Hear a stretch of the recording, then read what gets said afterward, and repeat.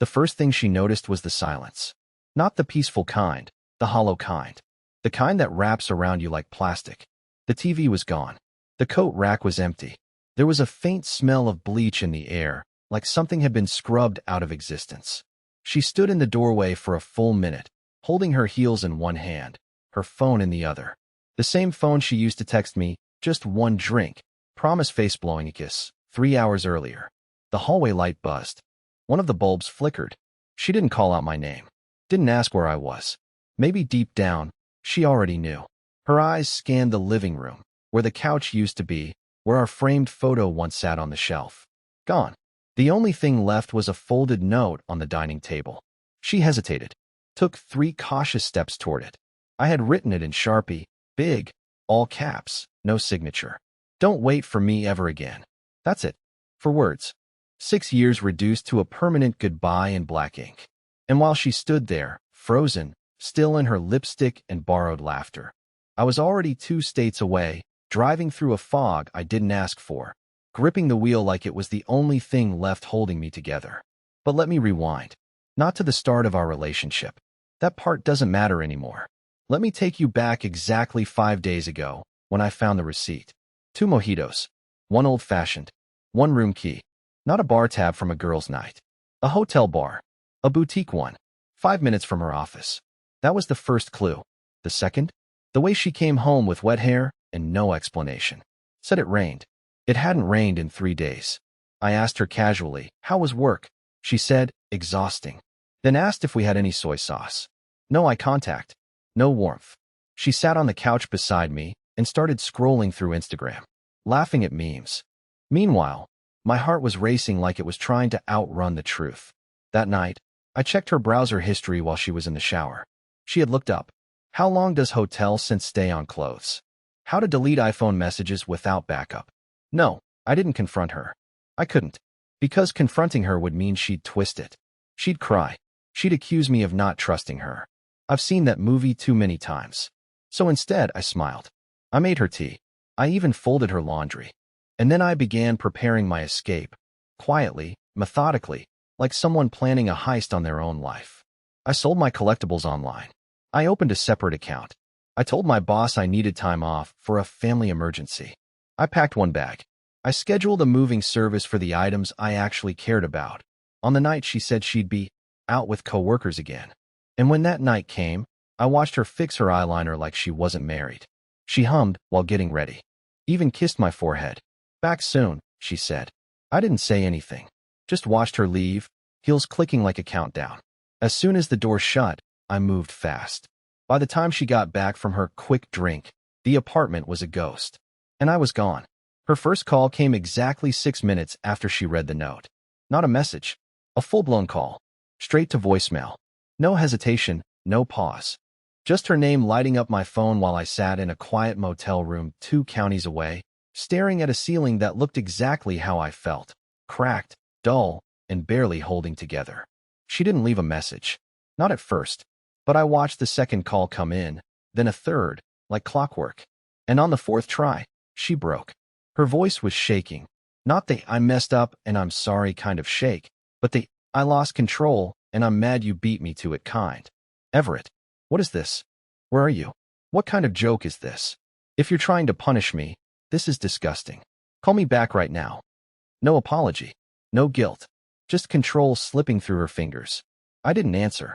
I just listened to that voicemail 3 times, pacing the ugly beige carpet beneath my bare feet. The motel smelled like cigarettes and moldy air conditioning, but it was the first place I had breathed freely in months. The next morning, I checked my phone, 12 missed calls, 2 blocked numbers, and 1 text from a name I didn't recognize, Theo. It said, "Hey, I didn't know she was married. I swear, I didn't mean to cause anything. Please don't come looking for me." I just sat there, stunned. I hadn't even tried to find the guy. I didn't even know his name until that text. But clearly, someone was panicking. Maybe she told him I was violent. Maybe she made up some story to cover her tracks now that her escape plan had collapsed. Or maybe she had no plan at all. Maybe she never thought I'd leave. But I had. And I wasn't going back. Not after the voicemail I got at 3:14 p.m. that same day. The one where she accidentally forgot to hang up and left a recording of her arguing with someone. Her voice came through first. "No, you don't understand. He wasn't supposed to find out like that. I had everything under control." And then a man's voice. "What do you mean control? You told me you were separated." A silence. Then a slam. Maybe a door, maybe her phone. The recording cut off. I didn't know what hurt more, the cheating, or the lies she told the other guy to make herself the victim in a story she wrote with both of us. That night, I checked her social media. Nothing. No updates. No cute quotes. Not even one of those "life is hard, but I'm healing" posts. She'd gone completely silent online. And then my mother called. "She came by," she said quietly. "She looked awful. Said you left her. Said she didn't know why." "Everett, what's happening?" I wanted to scream. But instead, I said, "I'm fine, Mom. Just taking some space." Because how do you explain to someone that your wife of 6 years cheated, lied, and then tried to make you look like the villain the moment you stopped playing the fool? You don't. You just disappear, like I did. But disappearing doesn't mean the past stays buried. And I was about to learn that the hard way, because on day 3, I found something in my bag that shouldn't have been there. Something she must have slipped in without realizing it. And what I found changed everything.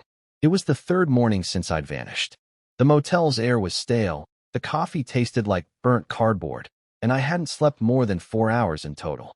I kept waking up, heart pounding, expecting her face to appear at the door. But she didn't know where I was. I'd made sure of that. Or so I thought. I was digging through my duffel bag looking for my charger when my fingers brushed something unfamiliar. A small velvet pouch. Soft, drawstring. Not mine. I opened it, thinking maybe I'd accidentally grabbed something from the junk drawer at home during the rush. But when I looked inside, my breath caught in my throat. A ring. Not my wedding band. Not anything I'd ever seen before. A thick, gold men's ring. Engraved on the inside with 2 letters and a date. I recognized the date instantly. 2 weeks ago. And the initials weren't mine. It was his. Whoever T.D. was, this was his ring. And it had somehow ended up in my bag. I just sat there, staring at it, completely frozen. Was it a mistake? Had she dropped it in there without thinking? Or had it been deliberate, some twisted way of punishing me, like planting a souvenir of the betrayal in the middle of my escape? Either way, it meant something I hadn't been prepared for. She brought him to our house. Not a hotel. Not a hidden bar. Our home. Our bed, maybe. Our kitchen, where I used to make her omelets on Sundays. I wanted to throw up. I didn't even know how to react. I just sat on the edge of that lumpy motel bed, gripping that velvet pouch like it might burst into flames. Everything started spinning in my head. What if she'd been planning to leave me first? What if I'd just beaten her to it by a few days? Or worse, what if I hadn't even mattered in this story at all? I finally stood up, showered, and drove to the nearest town. I needed air. Movement. Anything. I ended up at a cheap diner with peeling booths and a waitress who looked like she'd seen the end of the world and didn't care. I ordered pancakes and sat by the window, checking my phone while pretending to eat. 17 missed calls. For voicemails. A single text that chilled me more than any of it. "I need the ring. Please. You don't understand." That's what she wrote. No greeting. No question about where I was. No apology. Just panic. Real panic. Like something bad was about to happen.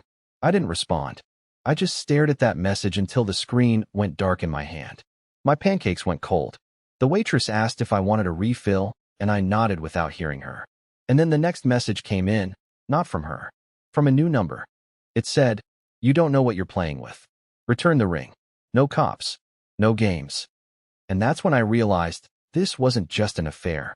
Something was very, very wrong. And I was now part of it, whether I wanted to be or not. I didn't reply to either message. Not hers. Not his. I turned my phone face down on the diner table and sat there long enough for the waitress to ask twice if I was okay. I told her I was just tired, which wasn't a lie, but it wasn't the whole truth either. The truth was that my hands were shaking so badly I had to press them against my thighs to make it stop. I left the diner without finishing my food and drove aimlessly, windows down, letting cold air slap some sense into me. My mind kept circling one thought I couldn't escape. People don't threaten strangers over a ring unless that ring matters a lot. And people don't panic over something meaningless. By the time I pulled into a grocery store parking lot, I had accepted something I'd been avoiding since the night I left. This wasn't about me anymore. Whatever game my wife had been playing, I had only been a piece on the board, a background character, the safe place she hid behind while something else was happening in plain sight. I finally listened to the rest of her voicemails. The first was anger, sharp and defensive. The second was tearful but still centered on her loss, not mine. The third was different. Her voice was low, rushed, like she was afraid of being overheard.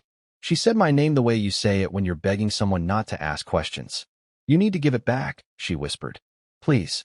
I messed up. I didn't know it would turn into this. That was it. No explanation. No context. Just fear. I drove another hour before pulling over and opening the velvet pouch again. The ring felt heavier than before, like it had absorbed everything I'd learned since finding it. I searched the initials online. Nothing obvious. No social media. No engagement announcements. But when I searched the date engraved inside, something odd came up. A charity gala.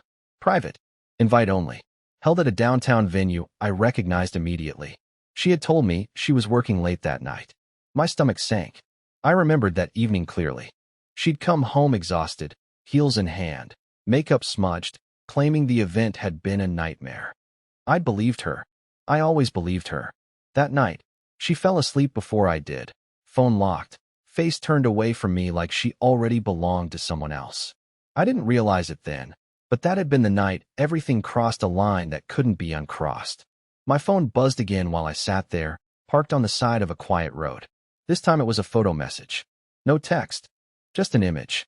A screenshot of my own apartment building, taken from across the street. And beneath it, a single sentence. You shouldn't have taken what isn't yours.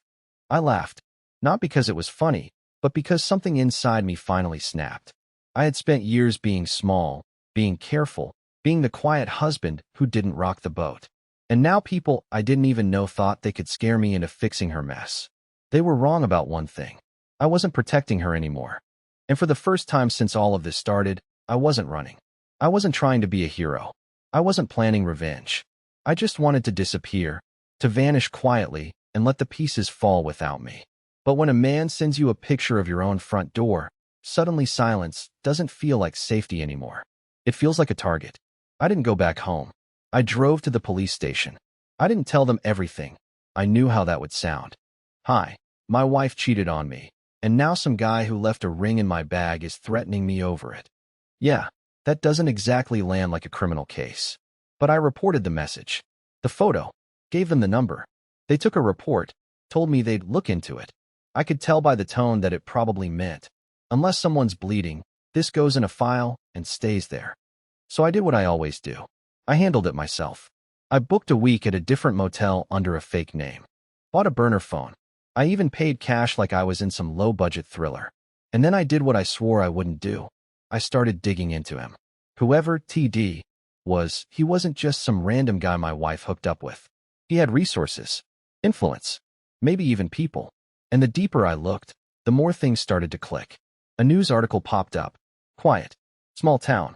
Minor scandal. A local development firm accused of laundering money through shell companies. Company name matched one I'd seen in Natalie's old emails. She had once applied for a consulting gig with them, but told me nothing came of it. Now I was starting to think something did. The initials matched. T.D. Trevor Dane. CEO. Married. Public image cleaner than glass. But his eyes in the one photo I found? Cold. Calculated. And suddenly, the ring made sense. It wasn't just a token of a fling. It was proof. Evidence. And it wasn't meant to be left behind. I sat on the edge of the motel bed and finally asked myself something I had been avoiding for days. What if she wasn't just cheating? What if she had been helping him? My thoughts were spiraling, but they landed on one hard, ugly truth. She had lied to both of us. To me, about the affair. To him, about her life. And somewhere between those lies, she had slipped up. Maybe she stole something. Maybe she threatened to talk. Maybe she'd gotten involved in something she couldn't walk away from. And when she realized it, she did the only thing she could think of. She ran home. To me. The safe, boring, loyal husband she knew wouldn't ask too many questions. I was never the man she loved. I was the man she hid behind. And now that I'd stepped out from behind the curtain, I had a giant, invisible target on my back. Later that night, I got one more message. No photo this time. Just 5 chilling words. She's not the only one. And that's when it hit me. I thought I'd escaped the worst by leaving her. But this wasn't over. Not even close. Because whatever she was mixed up in, I had just inherited it. I didn't sleep that night. Not even a minute. I sat in the corner of the motel room with the lights off, back pressed to the wall, phone in one hand, the ring in the other. Every time a car passed outside, I flinched. Every footstep in the hallway sounded like someone coming for me. I wasn't paranoid. I was paying attention, finally. I kept playing that message over and over in my head. She's not the only one. At first, I thought it meant another woman. Another affair. But the more I let the words settle, the clearer it became. This wasn't about romance. It was about leverage. Natalie wasn't the prize. She was the liability. And somehow, I had become the keeper of something I was never supposed to see. I started connecting dots I hadn't dared to before. 2 months earlier, Natalie had begged me to scan some documents for her freelance project. Just boring PDFs, tax forms, contracts. I didn't even glance at them. I scanned and emailed them off like a good, oblivious husband. Now I couldn't stop wondering, what if they weren't hers? What if she'd used my laptop, my IP address, my name, to cover her tracks? What if I was the backup plan from the start? I needed answers. And I needed them from her, not through voicemails or guilt-drenched texts.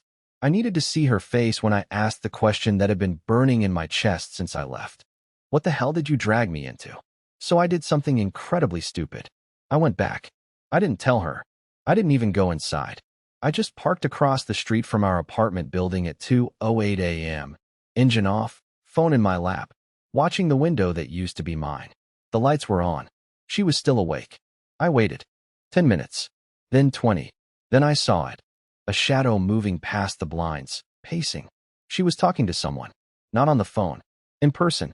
I could see 2 silhouettes. And I'll never forget the moment one of them stepped into clearer view. It was Trevor Dane. Him. In my home. Wearing the same damn watch I saw in the charity gala photos.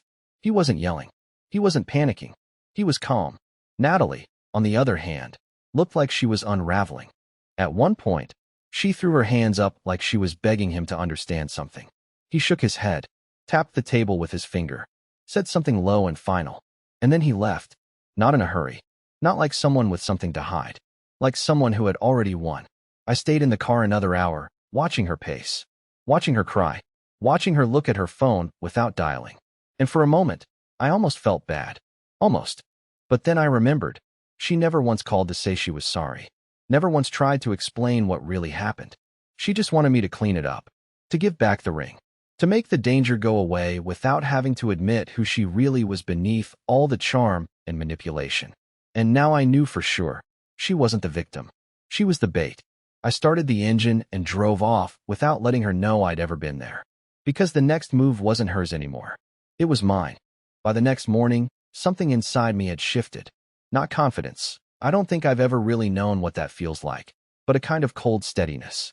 I wasn't shaking anymore. I wasn't checking the locks or rereading her texts. The fear had calcified into something quieter, heavier. A decision. He sat in my home. Drank my whiskey. Gave orders to the woman I'd spent 6 years loving like she hadn't already left me in every way that mattered. And she didn't stop him. She didn't even try. I was done being the soft place she landed when everything else fell apart. I wasn't a person to her anymore. I was a shelter. And he'd stormed right in and claimed it. So I drove. I didn't even know where I was going at first. Just that I needed to be far from that apartment. Far from motel rooms and coffee-stained furniture and panic. But halfway through a 2-hour stretch of highway, I remembered something she probably didn't even realize I'd noticed.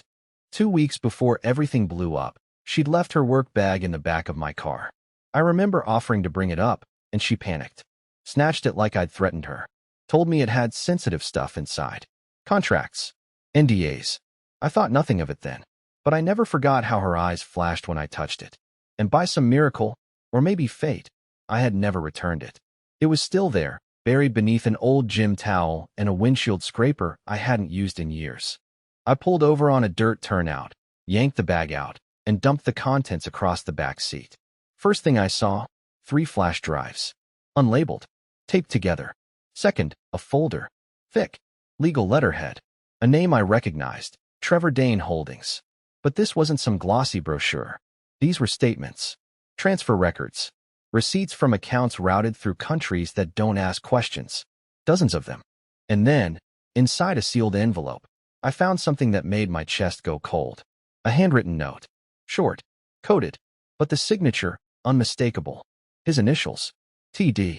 And beside that, a passport. Not hers. A woman I'd never heard of, but the photo looked close. Just different enough to pass a lazy inspection. New name. New country. She was preparing to disappear. Not with me. Not with him either, maybe. Alone. Or maybe she never intended to use it. Maybe it was leverage, the same way the ring had become leverage in my hands. But now I had both. I sat there in the car for a long time, staring at all of it. The drives. The documents. Everything she thought I'd never see. The woman who once panicked when I asked why she changed her phone passcode had trusted me so little she forgot what I was capable of when I stopped trusting her back. I drove to a town 2 hours north and met a guy I'd only known through a tech forum. He used to jailbreak phones and sell encrypted routers out of a basement. Now, he worked in cybersecurity and owed me a favor. He plugged the flash drives in silently while I sat there sweating through my shirt. After 20 minutes, he turned to me and said, "You know what this is, right?" I didn't answer. I didn't have to. He said, "This is blackmail material. On him. On others. If she gave this to you, she just made you a target." "She didn't give it to me," I said. "She just didn't think I'd ever find it." He looked at me like I was insane. Maybe I was. But for the first time in weeks, I didn't feel like a victim. I felt like I was holding the match to the fire they tried to keep hidden. I held onto the files for 3 days. I didn't run. I didn't hide. I waited. Not for her. She never came. Not for him. He never needed to. But for clarity. I waited to feel something that wasn't pain or fear or rage. And when it finally came, it surprised me. It was quiet. It didn't roar like revenge usually does in the movies. It didn't scream through my bloodstream. It just settled, like clean air after a storm. I didn't need to destroy them anymore. I needed to be done with them. But I still had something they couldn't ignore. The kind of truth that makes powerful men sweat and makes women like Natalie scramble for a new mask. I mailed a copy of everything. The flash drives, the signed envelope, the fake passport, to a reporter at a small but relentless financial crimes blog. Not a giant network. Just a guy who had written obsessively about Trevor Dane's shady real estate deals 2 years ago and never gave up. I used no return address. No signature. I included one line, typed in bold. She wasn't the only one. But she was the first to get scared. Then I drove across the state line, checked into a little cabin Airbnb by a lake no one cared to visit in December, and turned off my phone. I didn't watch the fallout. I didn't check the news. I didn't scroll to see if her face made headlines or if his empire cracked open. Because that wasn't the point anymore. I wasn't doing it for justice. I was doing it to take my story back. 2 weeks later, I got a letter forwarded to the motel I'd first vanished to. My old landlord must have passed it on without thinking. It was from her. Natalie. Handwritten. She said she knew I had the files. She said she knew what I'd done. She said I could have ruined everything. And then she wrote the only sentence that mattered. "You were never meant to be part of this." She was right. I wasn't. But I was. Because she made me part of it. Because I loved her while she was building an exit strategy. Because I stood in the fire and called it warmth. So I wrote back. Just 4 words. Same as the note I'd left her the night I disappeared. "Don't wait for me." This time, I meant it with peace. It's been 4 months now. I live in a quieter place. I started selling furniture again, but this time it's mine, handmade, not antique. I wake up early. I take long walks. I cook meals that don't sit untouched on a table waiting for someone to come home late with lipstick on her teeth and lies in her mouth. I met someone. She doesn't ask too many questions. She doesn't talk about forever. She just smiles like she means it and shows up when she says she will. And me? I still flinch when the phone rings. I still check shadows before I unlock my door. But I breathe easier. I laugh sometimes. I sleep through the night. I didn't get revenge. I got free. And that was enough.